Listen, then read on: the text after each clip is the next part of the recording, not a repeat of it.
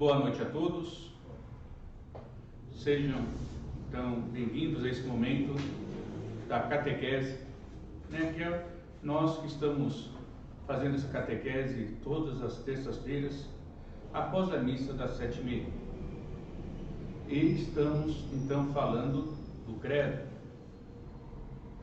Semana passada, Frei Tato falou a respeito da ressurreição dos seus personagens, daqueles que viveram a ressurreição, e também da forma como a tentação de querer se reduzir de querer se reduzir a ressurreição a um inconsciente coletivo, a um psicologismo moderno e tantas coisas que não refletem a grandeza desse acontecimento do Senhor que ressuscitou, e fez com que uma vida nova brotasse daquilo que seria o fim da morte. A morte já não existe mais. A morte, ela se tornou o vazio e foi preenchida com a vida em Cristo, que, ressuscitado dos mortos, nos comunica também a vida. Por isso, aqui, quando falamos da ressurreição de Cristo, falamos também da nossa ressurreição. Como escreve o apóstolo: e se o Espírito daquele que ressuscitou dos mortos a Jesus habita em vós, aquele que ressuscitou dos mortos a Cristo Jesus, igualmente vos dará vida a seus corpos mortais, por intermédio do seu Espírito que habita em vós. Veja, aqui está falando que aquele que ressuscitou a Jesus ressuscitará a nós também. Ou seja, a ressurreição do Cristo também é nossa ressurreição. O que aconteceu com Jesus também acontecerá conosco. Eu vou repetir. E se o Espírito daquele que ressuscitou dos mortos a Jesus habita em vós, aquele que ressuscitou dos mortos a Cristo, Jesus igualmente vos dará vida a seus corpos mortais, por intermédio do seu Espírito que habita em vós. Isso está, então, no livro de Romanos, capítulo 8, versículo 11. E Jesus não ressuscitou para manifestar o seu poder. Pois ele poderia ter ali morrido na cruz, e ao ressuscitar poderia ter aparecido para Pilatos, dizendo: você pensou que me matou? Olha eu aqui. Podia ter aparecido para Caifás, podia ter aparecido para aqueles que o prenderam, podia ter aparecido para tantos outros que o crucificaram, para dizer: olha, está vendo como eu sou poderoso? Está vendo como eu sou filho de Deus? Está vendo que eu sou quem eu disse? Mas não. Jesus não ressuscitou para manifestar o seu poder, tanto que ele não apareceu para os seus algozes, mas para aqueles que caminharam com ele, que acolheriam este acontecimento, para nos convidar a participarmos da sua vida. Vida esta que não tem fim, é plena e abundante da graça de Deus. Vida reservada para todos os santos, pessoas que participam da vida de Cristo, pois ninguém chega ao Pai senão por Ele. Vida que Santo Agostinho vai chamar de vida de felicidade sem fim. E como a encarnação do Verbo no seio de Maria foi um ato de Deus que entra de uma vez em nossa história, a ressurreição também é um ato de Deus, que faz de Jesus o divisor de nossa história. Agora a nossa história acontece a partir de Jesus. Ele que faz nova todas as coisas. E em Jesus, Deus estabelece a nova criação. Isso quem nos diz é Irineu de Lyon, né? Lá do século II. São Pedro expressa-o de maneira sintética no início da sua primeira carta. Bendito seja Deus, Pai de nosso Senhor Jesus Cristo. Na sua grande misericórdia, Ele fez-nos renascer pela ressurreição de Jesus Cristo dentre os mortos, para uma esperança viva, para uma herança incorruptível, incontaminada e inacessível. Inacessível, que é aquela que não perde o visto, não é corruptível, é incorruptível, né? Não se perde, permanece. O apóstolo diz-nos que, mediante a ressurreição de Jesus, acontece algo absolutamente novo. Somos libertados da escravidão do pecado e tornamos-nos filhos de Deus. Somos gerados para uma vida nova. E quando isso acontece em nós? No sacramento do batismo. Como dirá São Paulo, no batismo, nós fomos sepultados com Jesus na morte por meio do batismo. Com o propósito de que assim como Cristo foi ressuscitado dos mortos mediante a glória do Pai, também nós vivamos uma nova vida. Ou seja, quando somos batizados, morremos com Cristo para o pecado, morremos com Cristo para a vida antiga, que era onde nós éramos escravos do pecado. Quando somos batizados, nós ressuscitamos com Cristo para uma vida nova. Deixamos de ser escravos do pecado. E pelo batismo, recebemos o Espírito Santo. O Espírito Santo realiza em nós esta nova condição de filhos de Deus. Por isso, também, São Paulo vai dizer: vós recebestes o Espírito de adoção, pelo qual clamamos, Abba, Pai. E este é o maior dom que recebemos no mistério pascal de Jesus, da sua ressurreição. Pois Deus trata-nos como filhos, compreende-nos, abraça-nos e ama-nos, até quando erramos. Pois Ele nos aguarda sempre que retornemos a casa, assim como o filho pródigo. Quer que nós voltemos e sejamos restabelecidos em dignidade. E isto, de uma forma toda especial, acontece no sacramento da reconciliação, no sacramento da confissão.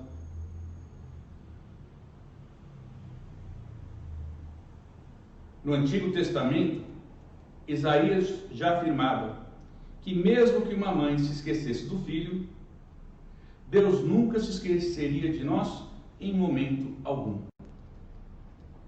Então tem algumas pessoas que chegam e falam: sabe, padre, eu acho que Deus não gosta de mim, sabe, acho que Deus não me escuta. Não, Deus sempre o escuta. Deus nunca abandona seu filho. É o filho que abandona muitas vezes a Deus. Por isso, Ele está sempre pronto a receber o seu filho, que quer voltar a ser restabelecido em sua dignidade de filho de Deus. Mas não devemos nos acomodar nesta situação de que Deus nos ama e pronto, né? Quer dizer, nos sentir amados. E nós, o que devemos fazer? Nós devemos crescer, alimentar-nos cada dia com a palavra de Deus, a oração, a participação nos sacramentos, especialmente o da penitência, como eu falei agora há pouco, a da Eucaristia, mesmo que agora seja somente espiritualmente, e com a caridade. Então temos a dignidade de filho de Deus, e assim tornados pela ressurreição do Senhor. Ou seja, a ressurreição de Jesus é que faz então que nós sejamos elevados de uma condição de criaturas para filhos de Deus. É sermos filhos de Deus que nos torna dignos, nos dá uma dignidade infinita. Quando a igreja fala da dignidade da vida do homem, fala exatamente que o homem que foi feito à imagem e semelhança de Deus. Só que nós, que somos batizados, não somos somente feitos à imagem e semelhança de Deus, agora somos elevados à condição de filhos de Deus, participantes da vida de Deus.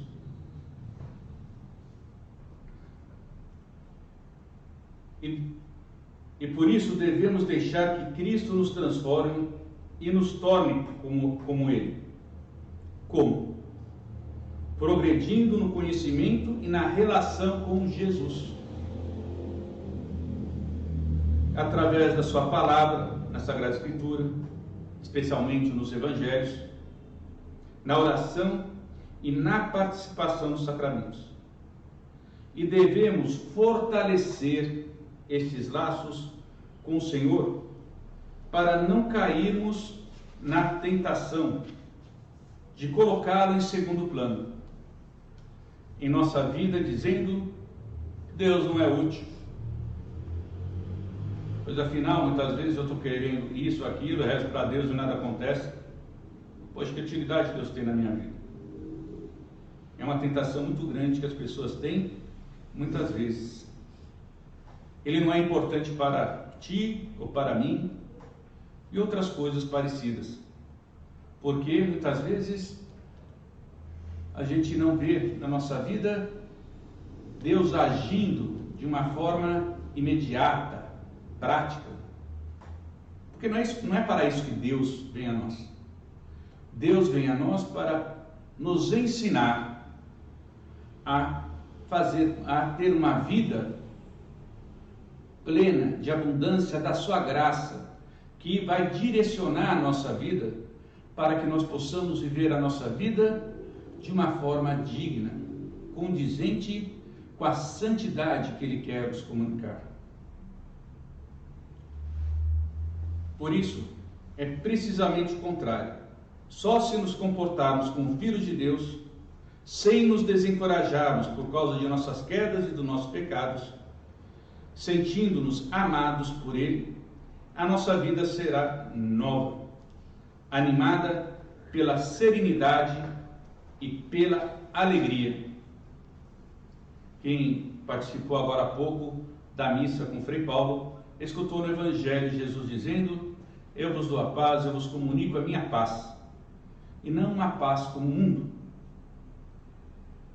É exatamente o que os frutos dessa paz em nossa vida é essa serenidade, é essa alegria, apesar de muitas vezes o ambiente externo nosso estar cheio de perturbações, de problemas, mas porque estamos com Deus, estamos na sua paz, procurando os caminhos para águas mais tranquilas, águas mais repousantes, porque o Senhor está conosco.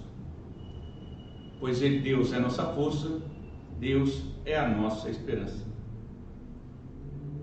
Por isso, prezados irmãos e irmãs, a quantos nos perguntarem a razão da nossa esperança, indiquemos Cristo ressuscitado. Indiquemo-lo com o anúncio da palavra, mas sobretudo com a nossa vida de ressuscitados, de pessoas novas, de pessoas que têm um olhar de transfiguração, tem um olhar de fé perante a vida, que temos uma condição de olhar para a vida não com rancor, não com ódio, mas com esperança, com alegria, com paz. E essa vida que já recebemos pelo batismo, manifestemos a alegria de ser filhos de Deus, a liberdade que nos permite viver em Cristo, que é a verdadeira liberdade, aquela que nos salva da escravidão do mal, do pecado e da morte. Por isso, contemplemos a pátria celeste e teremos uma luz e força renovadas também no nosso compromisso e nos nossos esforços diários. É um serviço precioso, o qual devemos prestar a este nosso mundo, que muitas vezes já não consegue elevar o olhar, já não consegue olhar para Deus. Se nós formos lembrar da figura de Caim, lá no Gênesis, por que é que Caim, depois que mata Abel, por que é que ele não consegue olhar para Deus? Porque ele está cheio do seu pecado, ele sabe que é culpado daquilo que fez e tem vergonha de se erguer para o alto, de erguer os olhos para o alto e olhar para Deus. Assim, muitas vezes, tem muita gente que tem essa vergonha. Então eles preferem esquecer a Deus do que olhar para Ele, se arrepender do que fez e começar de novo. Mas muitas vezes quer ficar exatamente como Caim, fechado no seu pecado e enjaulado dentro da prisão do mal que realizou em sua vida. E Jesus chama exatamente para nos libertarmos dessas prisões, para que sejamos restabelecidos na dignidade humana. E algo que atinge o mundo moderno e escurece a visão da fé dos batizados é a falta da consciência daquilo que nos transcende. A nossa fé não nos reduz ao mundo natural, mas nos eleva para o mundo sobrenatural. O reino de Deus, que por causa do Senhor ressuscitado, já está no meio de nós. Veja, o reino de Deus, que por causa do Senhor ressuscitado, já está no meio de nós. São João Paulo II, um gigante da fé, com profundo realismo, destacou num dos documentos mais importantes do Grande Jubileu, escrito lá no ano 2000, é o documento Memória e Reconciliação da Comissão Teológica Internacional, vai falar da nossa responsabilidade pelos males atuais. Veja, ele está falando da nossa responsabilidade pelos males atuais, salientando que entre as sombras e em primeiro plano, por ser assinalado o fenômeno da negação de Deus em suas muitas formas.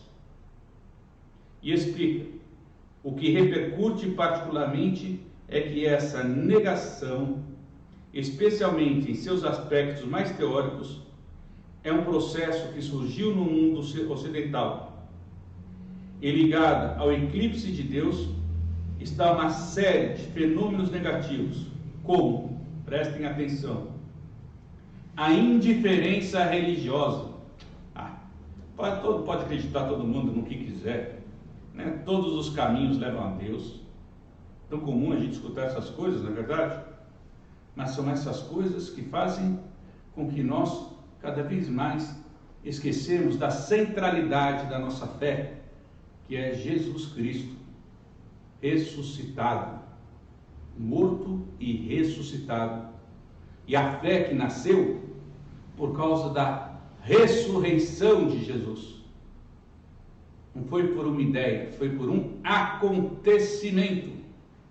um acontecimento. E depois vai dizer, é um processo então que surgiu no mundo ocidental. E ligado a esse eclipse, como eu falei, então primeiro está a indiferença religiosa, a ausência difusa do ser do transcendente, a vida humana, um clima de secularismo e de relativismo ético. Veja, eu vou repetir. O senso do transcendente à vida humana, como eu já tinha falado, né? Porque nós vivemos para quem nos transcende. Nós vivemos para uma vida maior do que esta. Não vivemos só para esta vida. Nós somos peregrinos neste mundo para sermos cidadãos do reino de Deus. Para sermos cidadãos do reino de Deus, que de alguma forma já está aqui no nosso meio. Ele já está no meio de nós.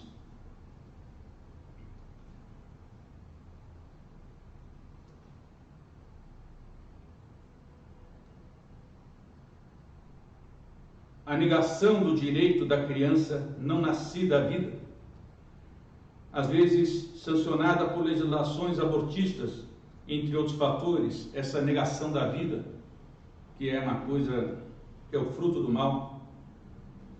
E o fato é que a vida sancionada por legislações abortistas, entre outros fatores, e o fato é que vivendo como se Deus não existisse, veja, o fato é que vivendo como se Deus não existisse, o homem perde o sentido, não só do mistério de Deus, mas também do mistério do mundo e do mistério do seu próprio ser.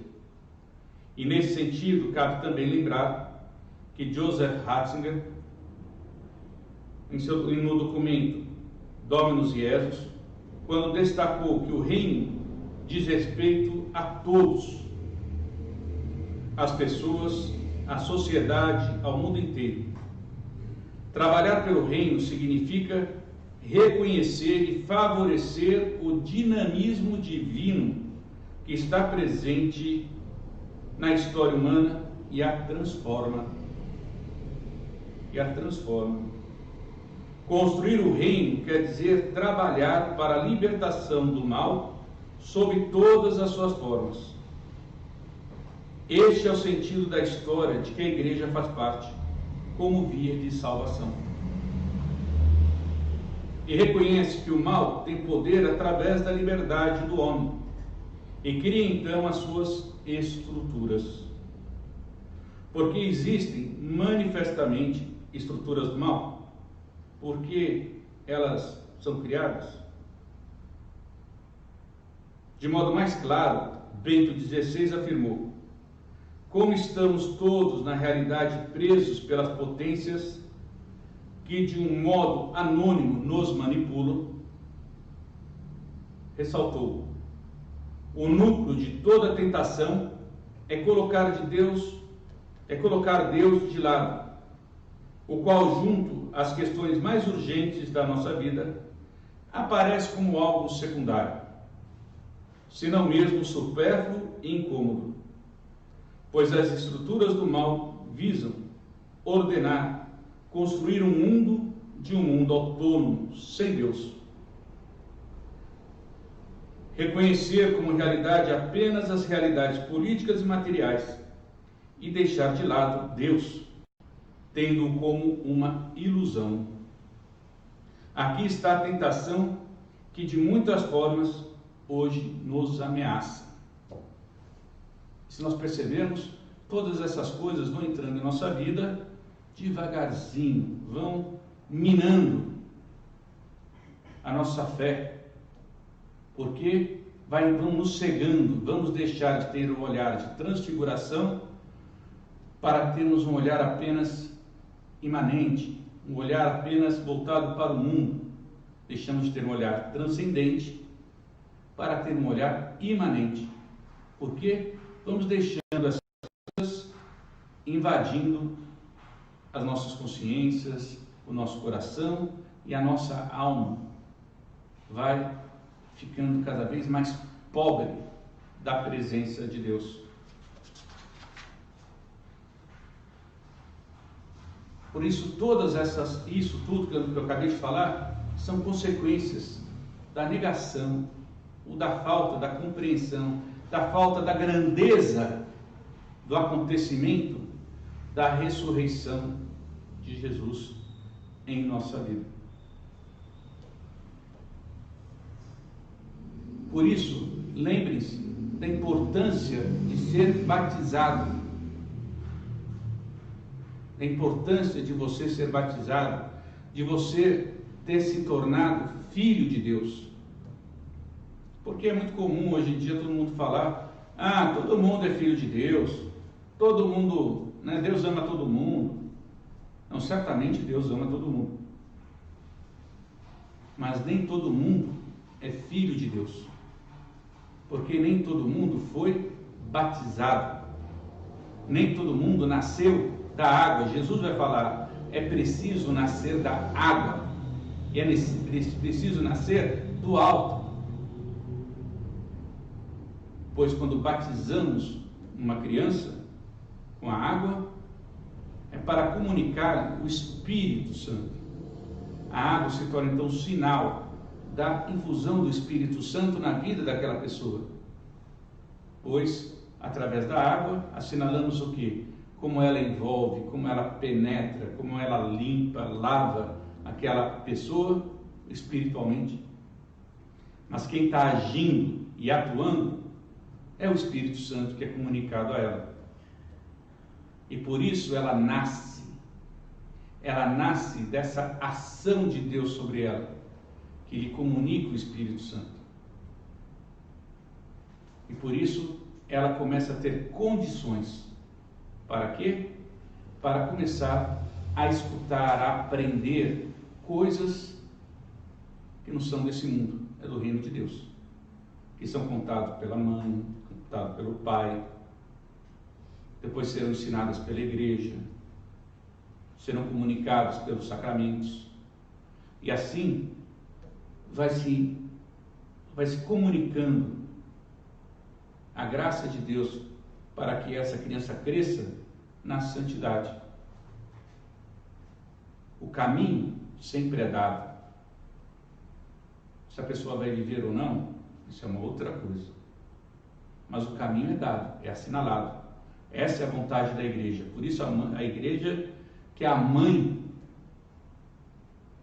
de todas essas crianças que são batizadas, depois nascem pelo batismo, e é educada na igreja para que conheçam a Jesus, e conhecendo a Jesus, vivam a igreja que lhes comunica a fé, e já tinha lhes comunicado a fé já no batismo.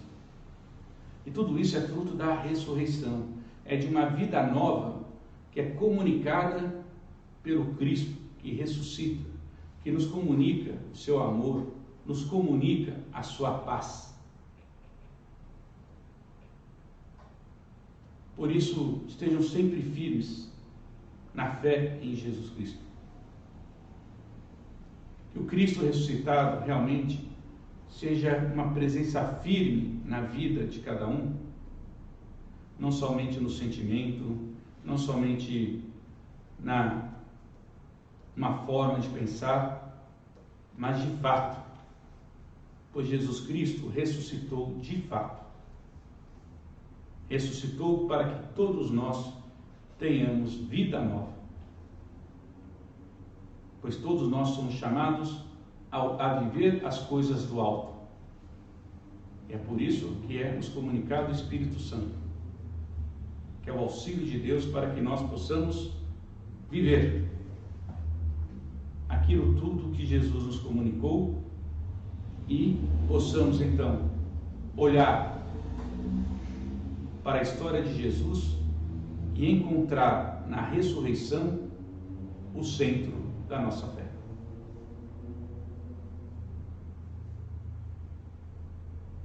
Por isso, peçamos a Deus que envie o Espírito Santo para fortalecer aos seus filhos, que nascidos nas águas batismais, possam sempre caminhar no caminho iluminado por seu Filho Jesus, que é caminho, verdade e vida. e fortalecidos na fé, tenham sempre a certeza de que Cristo ressuscitou verdadeiramente. Aleluia, aleluia. E obrigado a todos vocês por me receberem em suas casas, por estarem aqui conosco até este momento. Tenham uma boa noite, uma boa semana. Que o Deus Todo-Poderoso os abençoe, Ele que é Pai, Filho e Espírito Santo. Amém.